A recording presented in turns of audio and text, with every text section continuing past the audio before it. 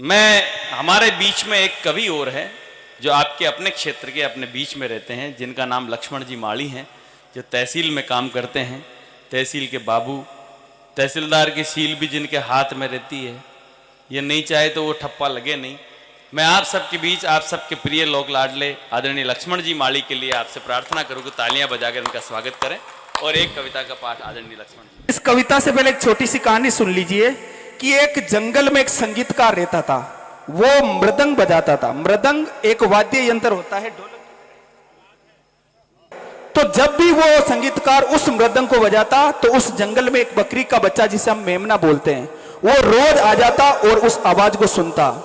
तो वो संगीतकार सोचता कि यार ये बकरी का बच्चा इतना समझदार है, इसको मेरा सुर ले और ताल इतनी समझ में आती है कि रोज आ जाता है यहाँ पर।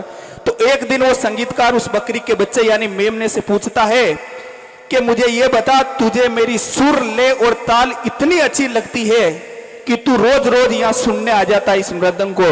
तो उस बकरी का बच्चा यानी मेमना बोलता है, ना मुझे सुर की समझ, न ले की समझ, न ताल की समझ, बस मैं तो इतना जानता हूं ये जो मृदंग है, ढोलक है, इस पर जो चमड़ा है वो मेरी माँ के बदन से आया है। जो ये बदन से थाप पड़ती है तो मुझे ये अपने आप बुला लेती है। तो इस कविता में जो थाप की आवाज होती है, उस कविता को आप अंतर आत्मा से समझ लीजिए कि कल जब मैं उठकर काम पर जा रहा था तो अचानक लगा कोई रोक लेगा मुझे। कल मैं जब उठकर काम पर जा रहा था तो अचानक लगा मुझे कोई रोक लेगा और कहेगा खड़े खड़े दूध मत पी, हजम नहीं होगा, 2 घड़ी सांस ले ले, इतनी ठंड, और कोट भूल गया, इसे भी अपने पास ले ले।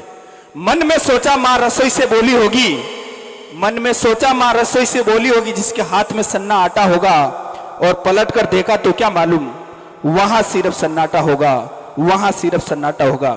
अब हवाएं तो मुझसे बात करती है, लगता है अब जाऊंगा किसी खास काम से, तो कोई कहेगा दही शक्कर खा ले बेटा, अच्छा सगुन होता है, कोई कहेगा गुड़ खा ले बेटा, अच्छा सगुन होता है। जब हम किसी अच्छे कार्य के लिए निकलते हैं तब माँ हमें गुड़ खिलाती है, दही खिलाती है ना। कोई कहेगा गुड़ खा ले बेटा, अच्छा सगुन होता है, पर मन इसी बात के लिए तो रोता है। सब कुछ है माँ, सब कुछ, जिस आजादी के लिए मैं तुमसे सारी उम्र भर लड़ता रहा, वो सारी आजादी आज मेरे पास है, फिर भी पता नहीं दिल की हर धड़कन क्यों उदास है। जब हम छोटे थे तब माँ बोलती थी बेटा ये काम मत कर, वहां मत जा, उसके साथ मत बैठ, उसके साथ मत उठ। तब हम आजाद होना चाहते थे, लेकिन आज आजादी की कीमत यह सब होगी कि जिस आजादी के लिए मैं तुमसे सारी उम्र भर लड़ता रहा, वो सारी आजादी आज मेरे पास है, फिर भी पता नहीं दिल की हर धड़कन क्यों उदास है। कहता था ना माँ, मैं वो सब कुछ करूंगा जो मेरे जी में आएगा, मैं आज वो सब कुछ करता हूं जो मेरे जी में आता है। बात यह नहीं है कि मुझे कोई रोकने वाला नहीं है, बात तो बस इतनी सी है, सुबह देर से उठू ना तब कोई टोकने वाला नहीं है, सुबह देर से उठू ना तब कोई टोकने वाला नहीं है। पंक्ति अच्छी लग रही है तो मेरे लिए भी आप तालियां बजा दीजिए। बहुत अच्छा पढ़ रहे हो लक्ष्मण जी।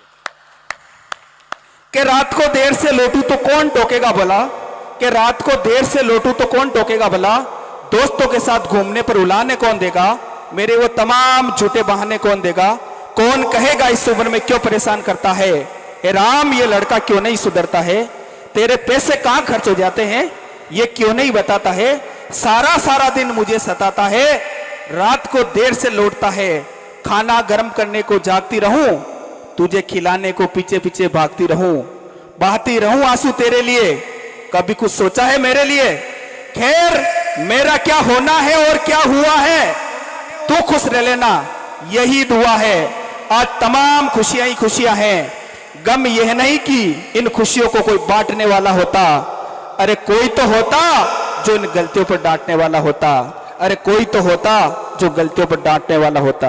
अंतिम पंक्तियां पढ़ना चाहूंगा, अच्छी लगे तो उस माँ के सम्मान के लिए तालियां बजा देना।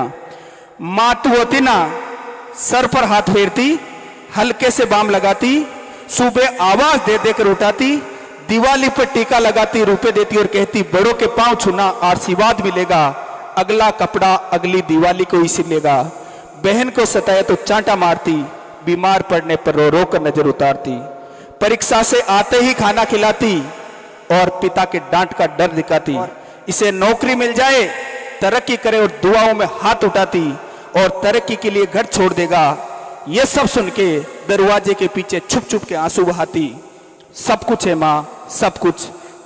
आज तरक्की की हर रेखा तेरे बेटे को छू कर जाती है, पर माँ हमें तेरी बहुत याद आती है, पर माँ हमें तेरी बहुत याद आती है। धन्यवाद बांधनवाड़ा की इस दरा को। राम राम सर। पहली बार ये कवि सम्मेलन के मंच पर कविता पढ़ी है इन्होंने, और बांधनवाड़ा के मंच पर पढ़ी है, सत्यनारायण भगवान के दरबार में पढ़ी है। एक बार बधाई दी जाए इनको कि पहली बार जब कोई काम होता है जीवन में वो निश्चित तौर पर यादगार होता है। समिति वालों ने इनको आमंत्रित किया काव्य पाठ के लिए, क्योंकि समिति वालों की कुछ जमीनें उधर है जिधर इनकी पोस्टिंग है। हास परिहास की बात है, लेकिन आपने एक पहले कवि को इतनी मोहब्बत से सुना। देखो